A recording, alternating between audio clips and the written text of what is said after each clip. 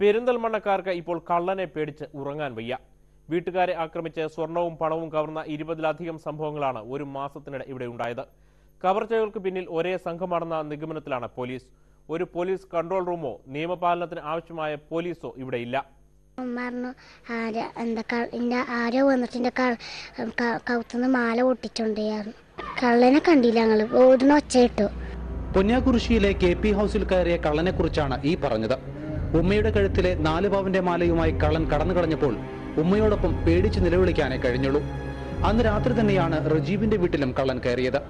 ജ്യേഷ്ഠന്റെ ഭാര്യയുടെ കഴുത്തിലെ മാല കവരാനുള്ള ശ്രമം ചെറുത്ത റജീബിന് മോഷ്ടാക്കളുടെ മർദ്ദനവുമേറ്റു. പുറത്തുനിന്ന് 3 പേര് ഫ്രണ്ട് വഴിത്തെ ഡോറ് പൊളിച്ച് ചവിട്ട് പൊളിച്ച് ഉള്ളിക്ക് വന്ന് പിന്നെ പട്ടിക കൊണ്ട് തലക്ക് ഇങ്ങനെ പല്ല് ഇതിലായിട്ട് അങ്ങനെ അടിക്കും ചെയ്ത്. പൊന്നാക്കുറിശ്ശിയിലെ 5 വീടുകളിലാണ് അന്ന് മോഷണം നടന്നത്.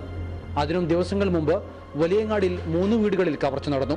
കാലിക്കറ്റ് സർവകലാശാല മുൻ സിൻഡിക്കേറ്റ് അംഗം CH ആഷിഖിന്റെ വീടും ഇതിൽപ്പെടുന്നു. ഭാര്യയുടെ റൂമിലേക്ക് ചെന്ന് ടോർച്ച് മുഖത്തേക്ക് വെട്ടുന്നടിച്ചപ്പോൾ അവൾ ഉണർന്നപ്പോൾ ഒരാൾ കത്തി കാണിച്ച് നിൽക്കുകയാണ്, ഒരാൾ ചെറിയ ടോർച്ചും പിടിച്ചിട്ടാണ്, മറ്റൊരാൾ അവളുടെ മേലെ കയറിയിട്ട് കഴുത്തിലെ മാല പൊട്ടിച്ചു. അപ്പോൾ പെട്ടെന്ന് ബഹളം വെച്ചപ്പോൾ കത്തി കൊല്ലും പറഞ്ഞ് ഭീഷണിപ്പെടുത്തി. ആ ബഹളം കേട്ടിട്ടാണ് ഞാൻ ഉണർന്നത്.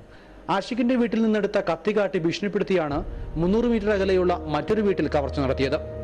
വാതിലിൽ മുട്ടിവിളിച്ച് ഗൃഹനാഥനെ അടിച്ചു വീഴ്ത്തിയാണ് വലമ്പൂരിൽ സ്ത്രീയുടെ കഴുത്തിലെ മാല കവർന്നത്. അങ്ങാടിപ്പുറം, പാതായിക്കര തുടങ്ങിയിടങ്ങളിലും മോഷണം നടന്നു. കഴിഞ്ഞ ദിവസം പട്ടാപ്പകൽ ബൈക്കിലെത്തി മാല പൊട്ടിക്കുന്ന സംഭവം കൂടിയായതോടെ പെരിന്തൽമണ്ണക്കാർ കടുത്ത ഭീതിയിലാണ്. പെരിന്തൽമണ്ണ പോലീസിനെ സംബന്ധിച്ചോളം കേരളത്തിലെ ഏറ്റവും ബെസ്റ്റ് പോലീസിലൊന്നാണ്. അത് ക്രൈം ഡിറ്റക്ഷന്റെ കാര്യത്തിലായാലും ശരി, പിന്നെ ജനമൈത്രിയുടെ കാര്യത്തിലായാലും ശരി, ഏതൊരു മാതൃകാപരമായ പ്രവർത്തനം കാഴ്ചവെക്കുന്ന ഒരു പോലീസ് സംവിധാനമാണല്ലോ. പക്ഷേ കള്ളന്മാർ ഇതൊന്നും അറിഞ്ഞ മട്ടില്ല. പെരിന്തൽമണ്ണയിൽ വീട് വീടാന്തരം കയറിയുള്ള മോഷണം തുടരുകയാണ്. തമിഴ്നാട്ടിൽ നിന്നുള്ള സംഘമാണ് മോഷണത്തിന് പിന്നിലെന്നാണ് സൂചന.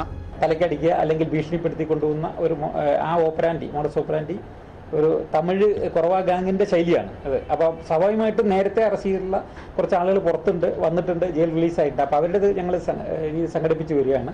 അന്യസംസ്ഥാനക്കാർ ഏറെ താമസിക്കുന്ന നഗരമാണ് പെരിന്തൽമണ്ണ. ഇവിടെ വാടകയ്ക്ക് താമസിക്കുന്നവരെ കുറിച്ചുള്ള കൃത്യമായ വിവരമൊന്നും പോലീസിനില്ല. സമഗ്ര വിവരശേഖരണത്തിനുള്ള ശ്രമം തുടങ്ങിയിട്ടുണ്ട്. അന്യ സ്ഥലങ്ങളിൽ നിന്ന് ഇവിടെ താമസിക്കുന്നവരുടെ വ്യക്തമായ വിവരങ്ങൾ ശേഖരിക്കാനുള്ള തികച്ചും ശാസ്ത്രീയവും സമഗ്രമായ ഒരു പദ്ധതി അത് നമ്മൾ ആവിഷ്കരിച്ചിട്ടുണ്ട്. മോഷണം തടയുന്നതിന് ജനമൈത്രി പോലീസിന്റെ നേതൃത്വത്തിൽ എല്ലാ വീട്ടുകളിലും വാർഡുതല സമിതികൾ രൂപീകരിച്ചിട്ടുണ്ട്. നാട്ടുകാരുടെ പ്രാതിനിധ്യത്തോടെയാണ് സമിതികൾ. രാത്രികാല പെട്രോളിംഗും ശക്തമാക്കിയിട്ടുണ്ട്. എന്തുകൊണ്ടാണ് പെരിന്തൽമണ്ണയിൽ മാത്രം ഇത്രയേറെ മോഷണങ്ങൾ നടക്കുന്നുവെന്ന് ആരും ചിന്തിക്കാം.